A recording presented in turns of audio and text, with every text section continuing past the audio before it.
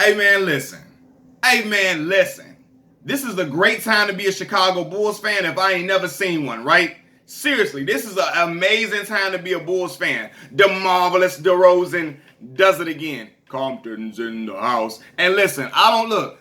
DeMar DeRozan has established himself as Mr. Fourth Quarter this season, without question. Whether it's hitting a game-winning shot or playing well, hitting big shots down the stretch, DeMar DeRozan does everything the Chicago Bulls ask of him and more in the fourth quarter. Sealing a deal with another game-winning shot in back-to-back goddamn games. Seriously, how is DeMar? Is no way in hell. DeMar DeRozan is not a starter in the Eastern Conference for the All-Star team. There's no way in hell at all. Look at the way this man been playing, time and time again. After everybody called him the worst offseason acquisition, hitting game-winning shots, just coming up big. Like I think he's leading the league in fourth quarter points right now.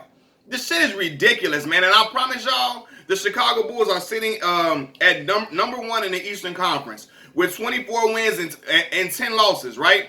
And I promise y'all, we will still not get the coverage we deserve or the respect we deserve from ESPN or FS1 or Fox Sports, right? We won't get the coverage we deserve or the recognition we deserve at all.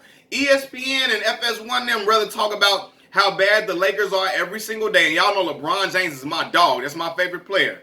But they're not playing good basketball right now, right? They rather talk about how bad the Lakers are. They rather talk about how good Golden State is and can anybody beat Golden State. They rather talk about what's going on with Kyrie and the Brooklyn Nets and what Brooklyn them doing than talk about my Chicago Bulls, not recognizing we didn't beat the LA Lakers twice this year. We didn't beat the Brooklyn Nets twice this year. Man, we didn't beat them twice this year too. You know what I mean? And we still ain't getting talked about like we should. I'm like, God damn, what more do you want from me? I know that's what the Chicago Bulls organization got to be asking. For them to get recognition, for them to get praise, for them to get talked about. When the Bulls beat a good team, it's never about how good the Bulls is. It's about how bad the other team played. It's never about how good this Chicago Bulls team is. It's never about that. It's always about, oh, this player played bad on that team. Oh, look, James Harden played bad. Not recognizing that Lonzo Ball had that man locked up in solitary confinement. Had that man locked up. They won't let him out. No. And they don't even want to talk about that. It was due to great defense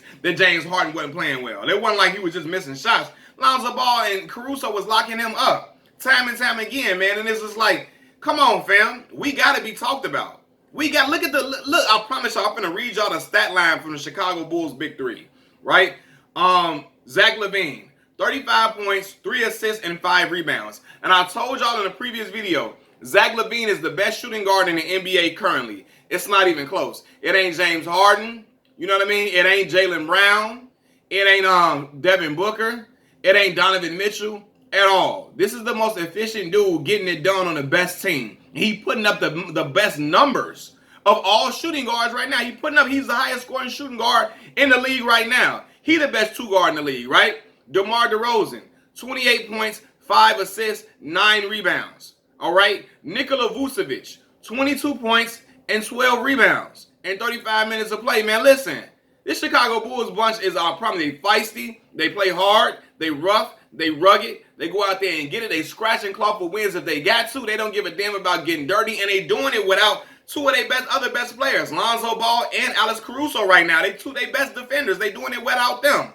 So it's just like the Bulls are finding out ways to win in spite of all different type of players missing due to COVID, so on and so forth. They still putting it together to win. And I'm like, damn, we keep churning out these wins, right? We just beat a great Washington been playing amazing this year. Kyle Kuzma playing out his goddamn mind. Montrezl Harrell and them been balling. Y'all know what Brad Beal does. He was struggling at first. He's coming on playing well like he usually does. It's like that whole team been balling for real, and the Bulls go out and beat them. And I promise y'all, I'm waiting till Monday comes. I know they won't talk about the Bulls. I know they're not going to talk. Only time we're going to get talked about is if we play the Lakers or the Brooklyn Nets on primetime television.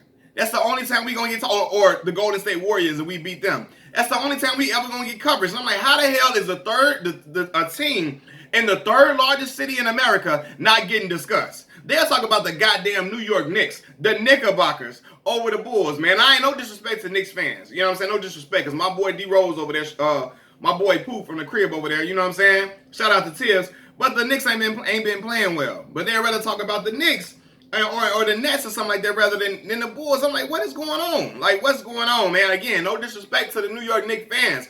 I'm just telling y'all, like, wow, the Bulls are playing so great and we not getting no type of recognition at all unless we playing against LeBron James, Steph Curry, or Kevin Durant. Damn, like, come on, man. We need to get some shine for how well this team is playing, especially when all these talking heads talking about we was going to be a play-in team at the beginning of the year. And I love Chris Broussard. Shout out Noop. But Noop, you was tripping, bro. You supposed to know basketball, fam. Noop, you supposed to know, you insider. You know you supposed to know basketball, bro. You supposed to know hooping, without question. And I know it like the back of my hand. I saw the way this roster was assembled. I knew what the Chicago Bulls were capable of. I said we would finish third in the Eastern Conference. Everybody called me crazy, talking about I'm sounding biased, I'm out my damn mind, so on and so forth. And look what the hell is going on, man. Look what's happening. Now, look, we got a lot more season left to play, but the shit is trending in a great direction, for real, for real. And I ain't gonna even lie. Shout out to Kobe White, because at first everybody thought Kobe was expendable due to Ayo Dosunmu playing well. And look, I love Ayo, but Ayo ain't got that offensive arsenal to fill it up like Kobe White does. Kobe can take it to the cup. He can stroke the three like it ain't nothing. Like, he can knock that three down immediately.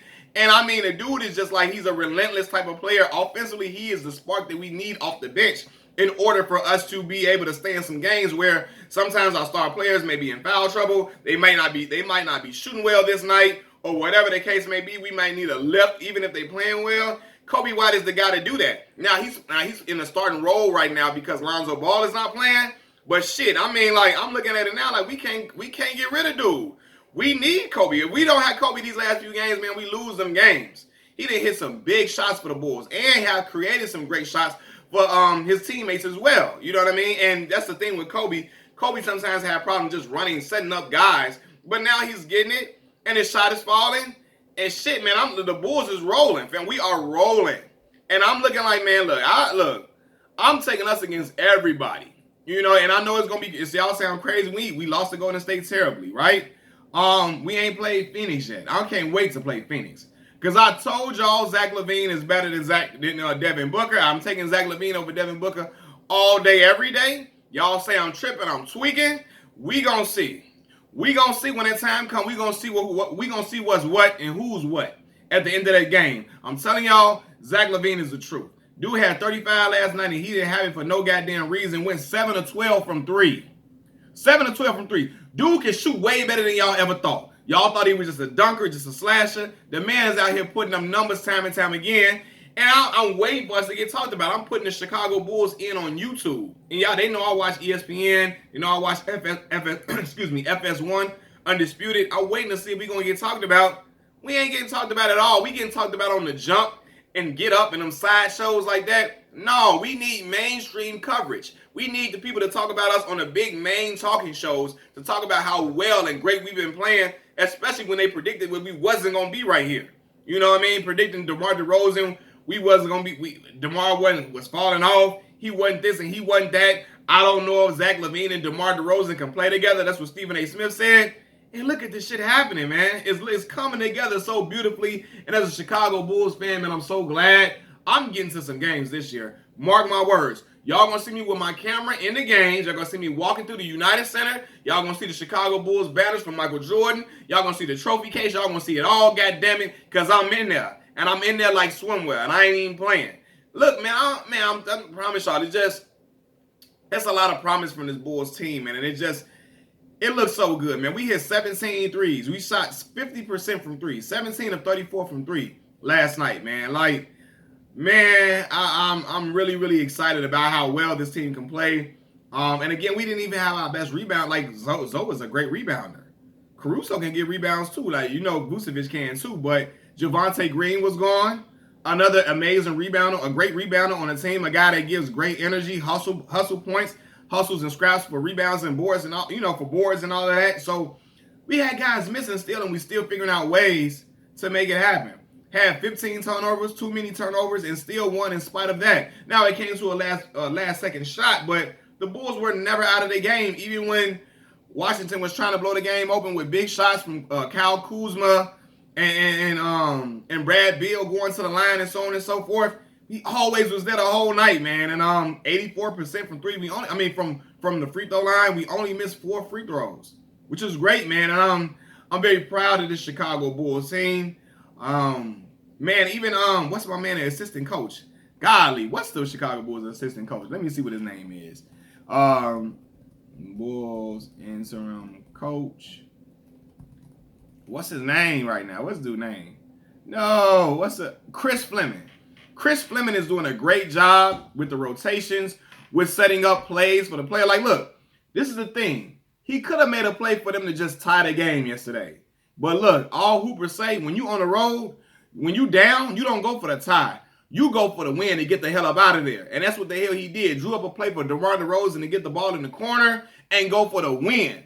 That's some gutsy coaching right there. I know that's fresh off the Billy Donovan tree. We ain't playing scared. We ain't playing not to lose. We playing to win. We playing big money basketball. We don't give a damn. Whatever happens, happens. But we trying to get a win emphatically. We not trying to go to OT where we got tired legs and dead legs and we possibly can lose. No, we going for the win to get us up out of here and go back to Chicago and go back to the crib and get back to it. Ain't nothing to it but to do it, and the Chicago Bulls have been doing it all the way. We need our respect. We need our retribution. We need apologies. We need love and embrace all across the goddamn board, and we need it immediately, man. Machiavelli Mills TV, I'm out.